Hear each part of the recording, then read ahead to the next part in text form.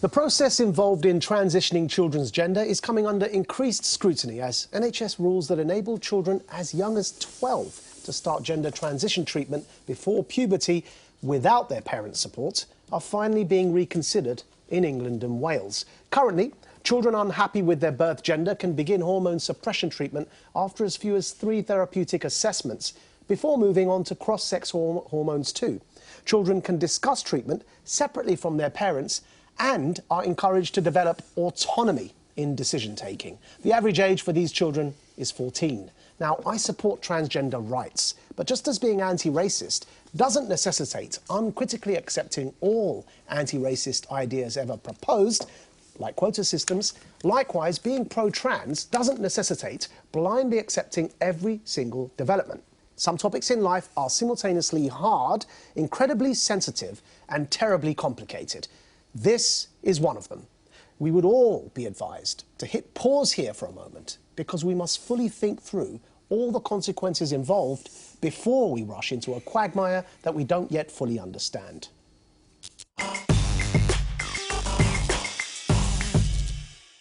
See, when I found out we were doing this topic, I felt it was important to get an input, a direct input into this conversation from somebody who is trans. So I reached out to a trans woman and activist called Tara Hewitt, and she told me she doesn't understand why we would challenge existing legal principles, namely the Gillett competency principle, that children should be able to make important decisions about themselves that affect their lives. And in this case, we're talking about hormone suppression treatments from the age of 12, for example, which can be used in other circumstances, yet nobody's challenging those. She believes that this use of things about safety or competency is more about people who don't particularly like the idea of trans people and not so much about protecting people. Now, me personally, I remember as a kid, I came across, there was a boy in my school who, yes, gender expression isn't necessarily a definite symbol of this person's going to be trans, but my 11-year-old brain thought, that is a girl in a boy's body. And right now, she's fully transitioned, and to be frank, she looks stunning. If she had been denied that treatment, her life would be significantly harder right now. And to deny people important medical treatment simply because we're not sure, when they are sure, seems to be wrong. This is the point, isn't it? That how can you be sure about something as important as this age 12 or 14? Let me read you a statement from a girl called Kira Bell.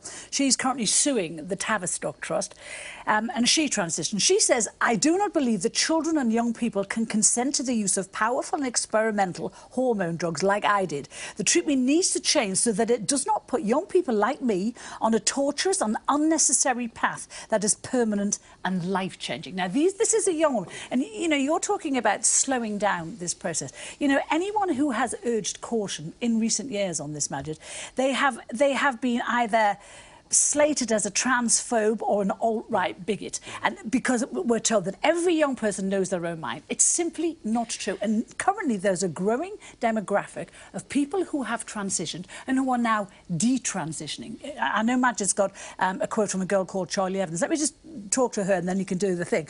She was born a girl, transitioned to a boy, and then detransitioned in 2018. And she started a charity called the Detransition Advocacy Network. She says, hang on, she's been approached by hundreds of people, 30 in her home city of Newcastle alone, who have gone through this life-changing surgery and now bitterly regret it and are going to have to revert back. This is where we're playing Russian roulette with kids' lives. Since you mentioned her, let's go to Charlie Evans, and then I want to bring you two in as well, because I think there are, the point Femi made, there are voices on both sides of this, and that's the point actually I'm making, which is we don't know which way this can go. So here's Charlie Evans. It was only when I looked back at my experience that I realised sort of the path that I had been on and how fixated that I felt therapists and doctors and clinicians had all affirmed my gender. They'd all said, yes, you are a boy. Obviously, I matched the diagnostic criteria for gender dysphoria in that I'm not comfortable with the way women are meant to act. But because I don't think that necessarily makes me actually a man just because I feel like I'm not a woman. Now, there's another point I'd like to bring in here, which is one of the psychologists that used to work at the Tavistock and Portman NHS Trust, where they specialise in this gender transition for children, and this one particularly shocks me. This psychologist said, looking back, there are young people who I now wouldn't necessarily put on medication or sign off on medication. One of the reasons I left the service is because I didn't feel like I could ever say to a parent that I didn't believe their child was transgender. I thought that if I ever spoke to a family like this, I would immediately be called transphobic. Now, what worries me about this is if professional medical advice is being withheld from fear of being called transphobic, that really, I think, is a dereliction of duty. Before we continue, let's just hear what the Gender Identity Development Service at Tavistock and Portman NHS Foundation Trust has to say. Clinicians at the Gender Identity Development Service have regular supervision sessions where they can discuss any concerns, including caseload. There are numerous other forums in which to raise issues and concerns. We've conducted exit interviews with all departing staff to understand their motivations and identify any areas of concern. The work is demanding. The pressures of operating in a busy service facing a high level of unfair criticism are intense, and their motivations are as individual as they are. For my input, my eye was drawn to the research data that the team kindly sends us, and some research that Sky News has put together, which is over the last 3 years, 35 psychologists have left. So that's roughly one a month. I don't know. If there's a young person who is, I absolutely believe in it, that there can be people who are born. I totally get that, and we must afford all help and sympathy. I am concerned, though, that there could be a bit of a rush here, and for that level of resignation, it really raises. Those people who left as well, they left because they felt the people in the clinic weren't being assessed properly or thoroughly enough. I'd just like to make a couple of points here. And the first is that speaking with people who have transitioned or the parents of of children who are going through a process, my impression is that actually it is slow. It is very slow, and there's lots of support networks around it, you know, including psychologists, counsellors, and it's a case of watchful waiting, as it has been described to me, to make sure that the people going through the process are comfortable with it. The other thing is that there was a study in 2013 from a US psychologist, and she looked at children who were transgender or non-conforming. And it's quite an interesting study because we don't really have large data sets because so much of this is, you know, it's initial stages. But it was 85 kids, and they were looking for markers. And one of the things that was striking about children who did end up transitioning was that they had a really strong sense of identity. They knew who they were. And what psychologists are saying about this is that it's the sense of identity that drives the gender and not the other way around. It's interesting you said that, because I think the stuff that I've been reading is the opposite. You said it's a very slow and watchful process. I just read a case history this week of a girl called Ruby who said you go in there, she said it's almost like they go, there's your hormones, that's how you get the surgery, off you go. I can reconcile these two views. I can reconcile this. Okay. I think that what you're addressing is the entire process, maybe so, but the initial stages of putting children under 16 onto hormones requires 3 consultations, and what you may be interested to know is that this will be actually the first time that our own in-country guidelines are being devised when they look at these standards, the NHS. Up until now, we were using standards that were devised by an international conference. So I think it is important to just have a look at this and understand, without parental consent, children under 14, if they go on these blockers and they're not with the support of their parents, just at least have transparency and understand how that process is put in place. Let me put a word in on the process, again from the Gender Identity Development Service, Tavistock and Portman NHS Foundation Trust, which addresses your point. Decisions about physical interventions made in our care are arrived at after a thorough exploration process. While some of our patients may decide not to pursue physical treatment or drop out of treatment, the experience of regret described here is rarely seen. Look, I think it's really important that we hear from somebody who has been through this process. So here's Leo. If I couldn't live my life as a male or have the body of a male, I honestly don't think I'd be around by the age of 20, 30. I just don't think I would. You know, your gender is a fundamental part of who you are as a person, and it defines and affects so much. So when that's wrong, and when your mind and body are alienated, it's not something you can cope with for that amount of time, and it would just break you down.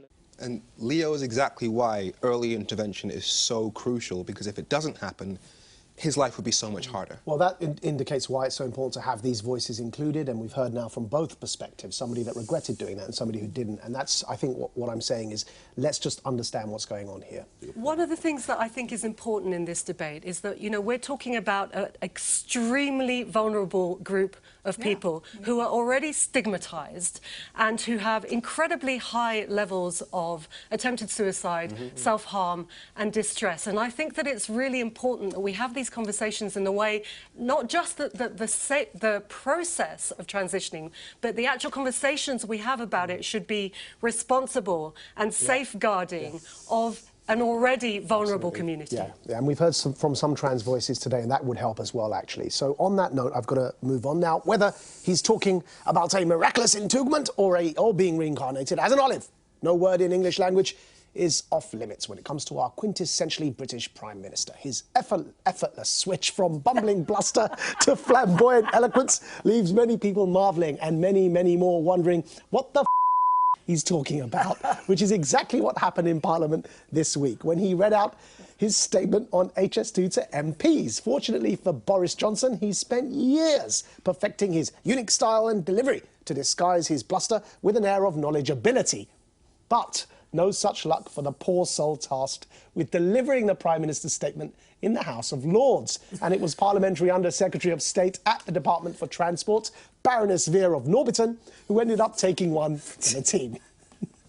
Cyclists enjoying hundreds of miles of brand new separated lanes with mini Hollands blooming like so many tulips. Cyclists enjoying hundreds of miles of brand new separated lanes with mini Hollands blooming like so many tulips in towns and cities right across the country. Yes, we must fix the joint between the knee bone and the thigh bone and the shin bone and the ankle bone. And yes, we must fix the arthritis in the fingers and the toes.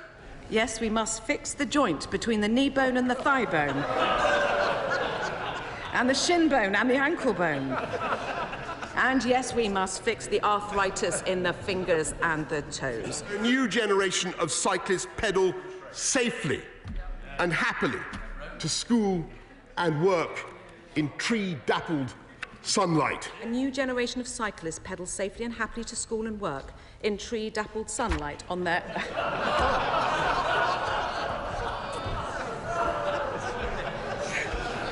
So, Baroness Veer, for managing to make it the whole way through, you are our deadpan delivery of the week.